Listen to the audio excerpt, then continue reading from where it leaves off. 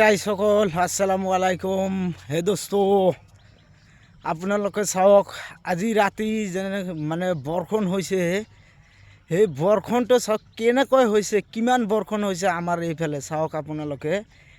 আৰু মই গৈ আছোঁ, আমি আৰু আমাৰ নিচিনা ল'ৰাবিলাক আমি যিখন ফিল্ডত আমি ক্ৰিকেট বল খেলিছোঁ, এটা পথাৰত ফিল্ড বনাই লৈছোঁ, সেই ফিল্ডত কিমান পানী হৈছে আজি ৰাতি বৰষুণত। আজি আপোনালোকক সেইটো দেখাই আছোঁ, আপোনালোকে ভালদৰে চাব। চাওক আপোনালোকে, সেই পথাৰত আমি আহি গ'লোঁ, চাওক কিমান পানী হৈ গৈছে। এইটো পথাৰৰ মাজত আছিল আমাৰ মানে ক্ৰিকেট খেলাৰ ফিল্ড। চাওক এই ক্ৰিকেট খেলাৰ ফিল্ডত কিমান পানী হৈ গৈছে চাওক আপোনালোকে।